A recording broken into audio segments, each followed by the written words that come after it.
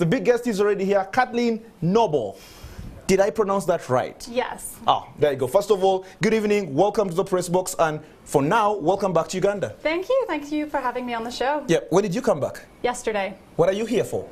I'm here to see my family. Yeah. So my parents are still living here, and my brother is also living here, and I'm running a rowing camp while I'm here. Shall talk about that shortly. Yes. She is the first rower in Uganda's history, really female, to be at the Olympics. We shall talk about your history with rowing and everything. These gentlemen have so many questions for you. But let me start here.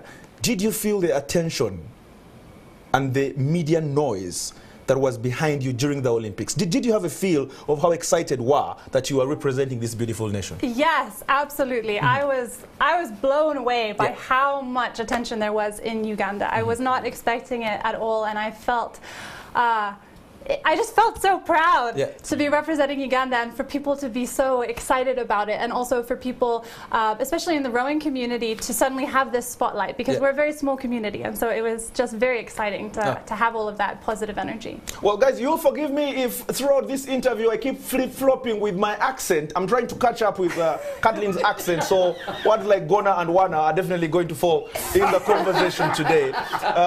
But let's first take this back. Let's take this back to a story so many Ugandans might not know. Chiwoko Hospital in Nakaseke district is where you were born. Surprising. Tell us how your parents end up here and how you get born here in Uganda. Yeah, so my parents moved here about 28 years ago. My father is a doctor and my mother is a teacher.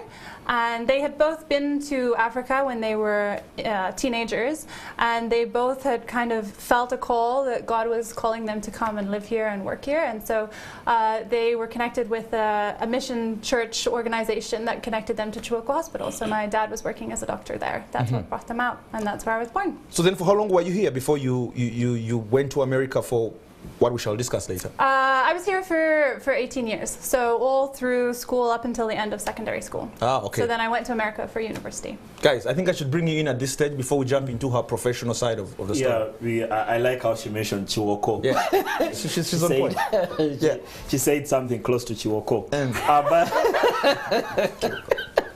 Andrew, it's all right. You taught me this thing. But anyway, now sport. Now you wading sport while you're here in high school, and then rowing. Honestly, every Ugandan kid plays football. When you're a girl, you're normally pushed into netball if you choose sport, or athletics. So how then do you start rowing? Yeah, so I've always done a lot of sports. I was swimming from a very, very young age. And so that was kind of like the first sport that I really competed in competitively. All through school, I was always competing in all of the swimming galas in Uganda. And then that was kind of my introduction to international sports, because that's where I started competing for Uganda, was swimming first. And so I represented Uganda in 2012 at the World Championships in Istanbul. Yeah, okay. And so I was finishing school at that point, and then when I went to university, I thought, okay, I've been swimming for so long, let me take a break from sports. But I found I really missed sports my first year, and I wasn't doing it competitively that first year. And my roommate, she was a rower. She had been recruited to row for the university, and she loved it, and she said, you should try it out. And I was like, okay, I'll try it out. We'll see how it goes. And that's how it started. Normally the story with sports for so many people goes way back. Now you talk about university. It seems like you started rowing at the age of 20. Isn't that too late to start? No, not for rowing, especially for rowing. So rowing, the equipment only comes in one size. So there's no rowing boats for little children. So everywhere in the world, people only start rowing at the earliest, in middle of secondary school. But even many people start when they're in university, and because of the way that it works, in soccer you could never become a pro soccer player if you start at the age of 18. You've missed the boat. But with rowing, because it's so much about physical endurance, you can develop that in other sports, and then you can transfer it to rowing. So I think because I had swam for so many years, then when I came to rowing, I already had a lot of the physiological background that allowed me to be successful in it.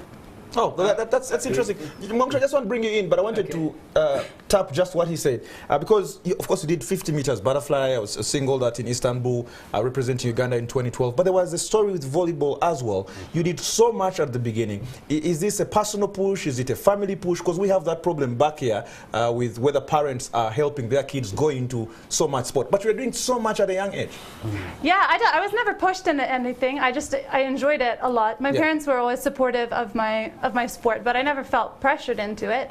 But I just loved competing, and especially the volleyball was so fun. You know, I think rowing and swimming, it's like a different kind of competition. It's by yourself, where it's very like just like how hard can you push yourself, whereas volleyball is more kind of like a game and coordinating with your team. So it's a different sort of experience that I really enjoyed. Not played any sport, but let's go on.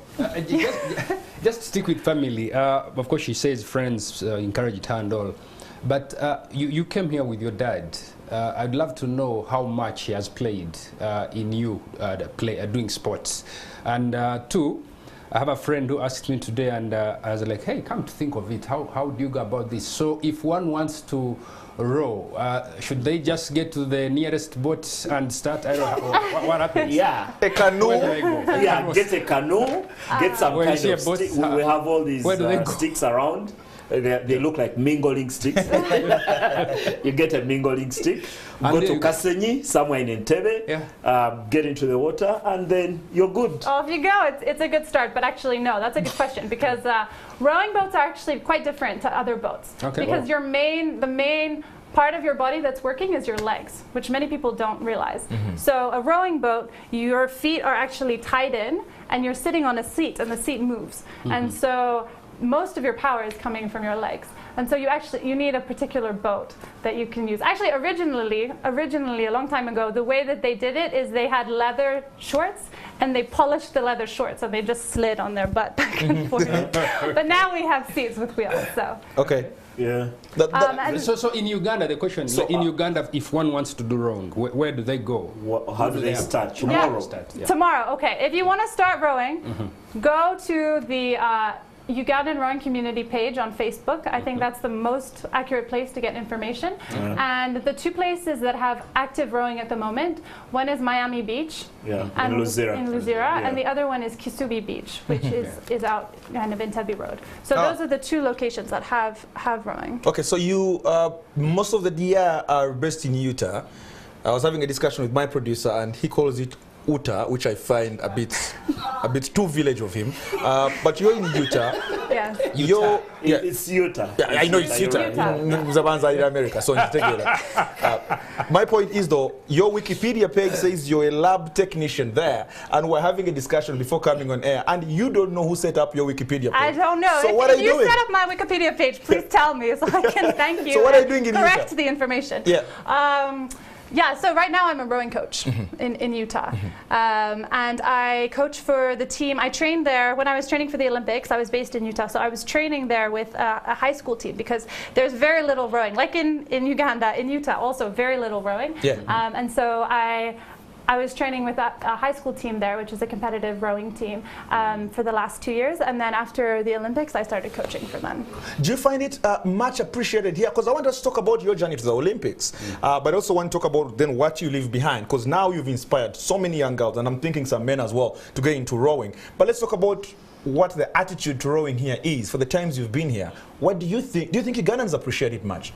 Well, it's not a well-known sport. That's definitely true. I would say there is a small community of people that row here who are very dedicated and have really been trying so hard to get the sport to be promoted.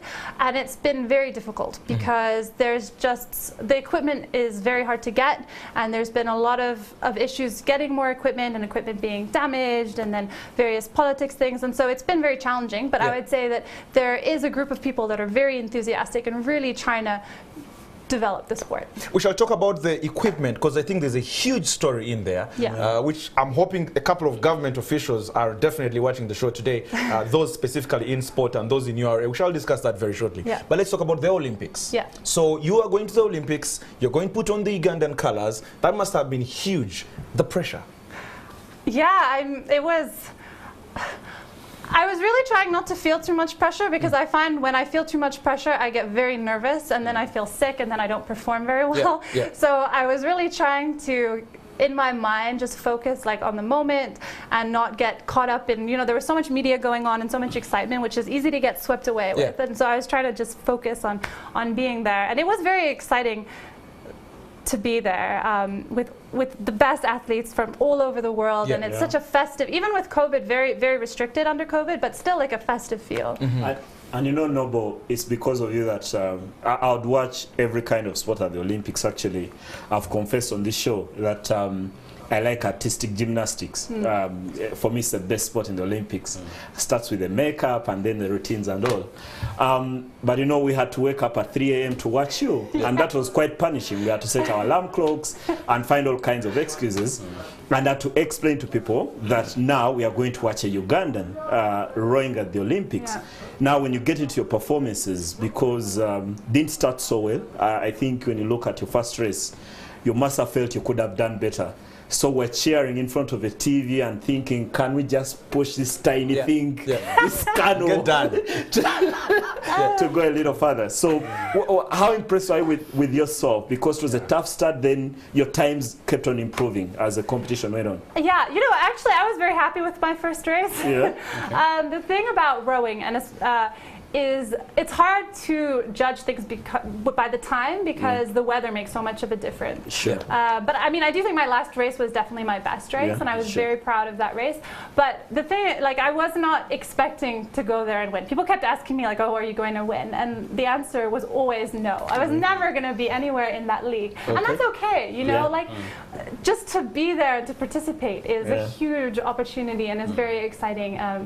And so I was pleased with my performance. And now that you participated and you're proud of it, rightly so, we are going back, definitely. So what are we going back 2024. For? What are we going back for? We'll see. I mean, I feel like even more than going back myself, what I would love to see is someone else go instead. From here. From here, somebody else to go instead. I think that would make me so happy. Okay.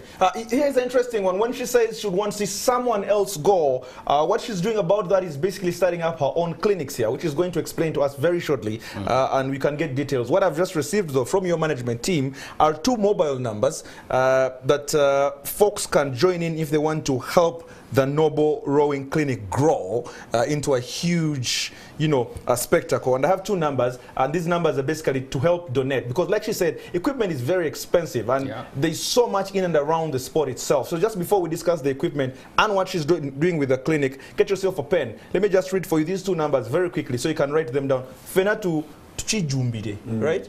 We can go in and support the clinic. So here are the 2 numbers. There is a 070 1140192. I'll say that just one more time. There's a 070 1140192. The other is 0777 020 489. One more time, 0777 020 489. This is about the Noble Rowing Clinic. I know you've touched on it a bit, but let's quickly go through it one more time. Where does this idea come from, and what is it really about? Yeah, so the idea really came from this sense that I have that I want to give back to the rowing community here. And I see so much potential here, and yet it's just been struggling and struggling and struggling. And so what I'm doing is I'm organizing a rowing clinic. It's going to be on the 29th and the 30th of January this month, so coming up just in a week and a bit, very close. And it's a 2-day clinic. The first day is open to anybody who wants to learn to row. So if you want to learn to row, come, apply, and we're gonna teach people how to use the erg, which is the indoor rowing machine, how to understand the different settings on it, the proper technique, and then also get people on the water, learning how to row, get a chance to be in the boats. And then for the second day, we want to work with people who are already active in the sport and give them a chance to get personalized coaching, get video reviews so they can see what they look like when they row, and we can talk through that together and point out exactly, this is what you're doing well, this is what you need to work on. And my hope there is just to kind of like, plug in a bit more enthusiasm and a little more inspiration so people are like, oh, I actually have a chance to develop. And I think when people get a chance to get, a different coach, a different perspective on their performance, it can help them to really make a big jump forwards in their capacity. But I'm telling you, one of the bigger debates, and I'm sure you guys have some questions to throw in one more time. One of the bigger debates in Ugandan sport recently was how government reacts to sports facilities in this country. As sports journalists, we've had a huge discussion on why we think our facilities must improve. But you being here really brings the point to the fore, because one of the bigger issues is the boats and the equipment generally. You say it's very expensive, but we also do know that Uganda's customs has been holding so much equipment for the rowing community in the country because taxes must be paid. So we have a Ugandan who has gone to the Olympics, represented this beautiful nation, and now instead of her spreading the sport across the country very comfortably, now the rowing equipment, can you imagine? Like, how much of a joke is this? The rowing equipment has been held up by Ugandan customs because they cannot pay taxes. They're already not the most popular sport in the country. They're only trying to grow. And now the equipment cannot come in. How do we expect to grow the sport in the country? That must be disappointing. Oh, it's hugely disappointing, and it's so sad because the boats, they're just sitting there. They've been there since September 2020. Yeah. Wow. So for over a year now, and in addition to taxes, now there's storage fees that have been adding up on top of that, and we don't have the money to pay it. We're never going to have the money to pay it, and so we're asking the government to step in and help us so that people who are interested in the sport. Normally what happens when your goods are stuck in customs, they are very likely to auction them at some stage. Yeah. I would imagine if they auction them, only the rowing community can buy, because you can't buy. Of which the rowing community don't have money. They don't have the money. Yeah, they have to buy them themselves. I don't think the guys at customs can attach a value to what a rowing boat costs. So eventually they have to sell them just to clear the space in the warehouse. Yeah. And I'm not thinking Andrew is going to buy one and take it to Ntungamo. Yeah. Pora. We don't have that many water bodies. Even try out the row. So a rower has to buy the boat. So it's extremely unfair, and this is an argument I've had. And I must confess, I've worked with the National Council of Sports and the ministry, and I've always felt one of the things I would always advocate for is no tax on sports equipment. Yeah. And this is regardless of whether the equipment is going to be used by federation or sold. The same way Uganda removed taxes, for example, on computers, just to spread so that everyone can have access to a computer, and they haven't paid taxes for a very long time. Rally cars come into this country. If you bring in a built rally car, you don't pay tax. So I wouldn't understand why I have to pay for my boot, for my rowing equipment, for my swimming costume. Surely, doesn't make sense. Doesn't make sense. There you go. Send us all your reaction. Nobo is in the building and she's willing to answer any questions that you guys have online. Unfortunately, we're not opening up the phones. We are depending on the hashtag online NTV Press Box. Andrew Mangusha is standing by the internet and he's got a couple of details coming our way. Oh yes, we have Mebo Kevirunji who says, wow, there's a Miami beach in Luzira, Kampala. Yes, there is. Mebo, I've been there. Bring your costume. Go on. So that's the place to start rowing. Thank you, Kathleen, for representing Uganda. And then we have Luanga Faizo says, huge and best show panel in the world. NTV Press Box, you're on as usual. And then we have Top Boy says, Kabura ya tuletero mujungu. Kabura has brought us a mzungu. And I still don't think people of Ntungamo are paying me enough. And then we have Koma Kate Simon Peter who says, I see my man, the Loveday, trying to gather himself with Samulu English to speak out to. We have Brandon K who says, Kabura, you are such a great and entertaining host. Your word play between questions and humor, among others, is the very best. This is the last one I'm reading about. But Andrew is brilliant. Yeah, he's brilliant. We know it. Surely. Let's just proceed. And then Toka says, Mark should watch me telling the same stories accurately on Tuesdays. My world Max tells is so mind-blowing, very inspiring stories. Great. And then we have Vincent Chigongo says, listening to Max Sally taking us down memory lane with tales is captivating. You just don't want him to sign out. And then we have everyone giving kudos to Mark here. And then we have Kebrunjis again, a Roger Federer, I'm not sure a fan, but she wanted this discussed really. She says the French legislation is scary. This is probably going to be the new normal. Okay. Too bad on Java is out, and then why don't more Africans play tennis. You guys are all guilty, yeah? Okay, there you go. We shall get more reaction. Let's stick with Nobo now, though. I just remind you, we are trending #1 on social media, partly because you're here, but also because we're simply brilliant. I'm sorry. It's really you. I mean, I think that's what we learned from the messages. Thank you very much. I appreciate that. These guys are just the second but third wheels. Yeah, but it's all fine. Yeah. You're 27. Yes. You're so young, so there must be so much coming up for you. Dreams? Dreams. Well, right now, I mean, one of my big dreams is to see Uganda develop as a regional sport hub for rowing. And I really think that that could be in our future. We have the bodies of water, so many places that we could row.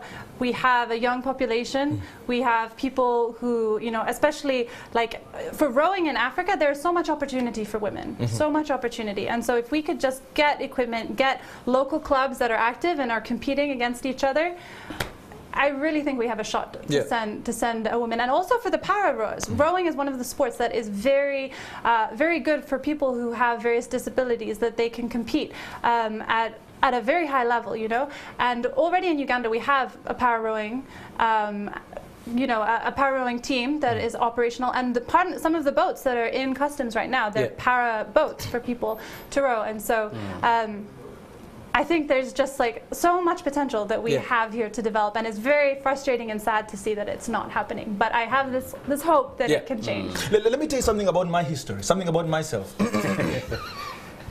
The producer, I think you should focus on me now. I attended the Africa Cup of Nations, and Uganda had not been to the AFCON in 39 years. And while we're in the stadium for the opening game, Uganda up against Ghana in Libreville, the national anthem played. In Port-Gentil. No, to Libreville. The first game was in Port-Gentil. Was it Port-Gentil? Yeah. Okay. In Gabon. Yeah. And the anthem plays, and tears were pretty much rolling down my eyes. Why? Because I had not seen Uganda at such a huge international stage, and I was only a journalist up in the stands. The reason I tell you my personal story is I want to know what your feeling was, because he did ask, but I don't think you gave us the full feel. Putting on the Ugandan colors, the Olympics is the world's biggest showpiece, and then you're just going to step in there. That must be something you're going to live with forever. You know, Andrew, you know, watching her, she came drenched with a flag, a huge one, and her boat is painted. And thinking, go Kathleen, go Kathleen. You're going to live with this forever, aren't you? Yeah, and I mean, it was so exciting to get to dress up for the opening ceremony. Okay, no one was there, the stands were empty, but it was still very exciting. And you know, we looked so good. The team Uganda looked so good compared to a lot of the other teams. So I was very proud to be there for that opening ceremony, even though I had a race early the next morning, and they were like, oh, you should stay at the hotel. And I was like, no, this is like once in a lifetime. Yeah, you must be there. I must be there. I'm going to go, even if we're there all night. So yeah, it was very, very exciting. And also, to have, like, I designed my racing suit for the event. Oh, did you? And I thought it was very cool. So. And how much support are you getting from the Rowing Federation here? Not a lot of support from the Rowing Federation. I don't mean, so because I haven't mostly been based in Uganda, my training has mostly been in Utah. I would say, like, I've done a lot of the, I mean, it's just kind of been independent. And I do feel supported by the Ugandan rowing community, and I have, you know, I did train here for a while. I learned to scull here. Sculling is with the 2 oars as opposed to 1 oar. I took a year off of school, university, and I came back to Uganda, and I was rowing in Uganda, and I was learning to scull with William Wanga, who's a coach here, who is just so dedicated. And so there are certain people I have felt very, very supported by. But I wouldn't put the federation in that. Okay, guys, I think let's have one final question for her before we can. Mine is the simplest. Before Andrew's, you know, I was told that everyone who watches or follows rowing has to support either Oxford or Cambridge because they do present the biggest rowing race once a year. Growing up, I used to listen to this on the BBC, and I almost want to jump into the radio because it's Cambridge leading by inches, why Oxford, and it goes on and on and on and on. I wonder which, have you chosen, Oxford or Cambridge? Not really. I mean, I've been more plugged into the US rowing scene than the British rowing scene. So I don't have a strong affiliation for either of those schools. Sure. Really, we would just rather beat them ourselves. Wow. There you go. A combined There you go. That is the American attitude to everything British, isn't it? You know? Just saying. So Nobo, of course, we have Paris 2024. Maybe you'd love to go that, or you've already told us you'd love another Ugandan to be there as well. But long after all this is done, what do you want to be remembered for? I would love to be remembered for helping Ugandan rowing move from its sort of current state of just kind of struggling to get by, and to be part of helping that move into flourishing and seeing Uganda become a regional center for rowing. All right, there you go. Kathleen, thank you very, very much for joining us on the Press Box. This is the biggest sports show in East and Central Africa. So I'm sure you're lucky as well to be here, to be more specific. But we're also very lucky to have you. Thank you very much. For how long are you around? I'll be here for a month. For a month. So everyone can just give us those details again about the rowing clinic. The rowing clinic is the 29th and the 30th. It's going to be at Kisubi Beach. And we have an application. So on Facebook, you can look up my Facebook page, Kathleen Noble, OLY. And there's an event there. And on the event, there's the link to sign up. So it is limited spaces because we don't have enough equipment. Yeah. So we are... URA, you had that. Yeah. So in the future, hopefully, we'll have a bigger clinic with more people. But for right now, we're going to have a clinic. So if you want to be part of it, apply online and we'll get in contact with you. But I have a clue for you. Invite URA to the clinic. Sure. Yeah, then they'll realize there's no equipment. You see, he's thinking. Thank you very much for joining us. Pleasure. And we do hope everything goes on right. And next time we invite you, please do come and join us. Right? There you go. The biggest, I think, take from the interview with Noble is that the Ugandan authorities, specifically in URA and those, of course, who are in sport, should take these issues serious. I mean, we cannot claim to love sport and want sport to develop and have all these picture moments with the successful sportsmen and sportswomen when they return to the country and not do more in investing in the preparations to those championships. Now, when a rower comes here and says that the boats have been held at customs for almost a year and a half, I think that is embarrassing to a country that hopes to develop sport in the country. So I'm not sure this is going to be sorted out tomorrow, but I'm hoping a few big men and big women in those big offices that are definitely air-conditioned do take something from what we've said here today. Let us try and make sure Ugandan sport equipment comes into the country untaxed. I mean, that's the only way we are going to develop sport in this country.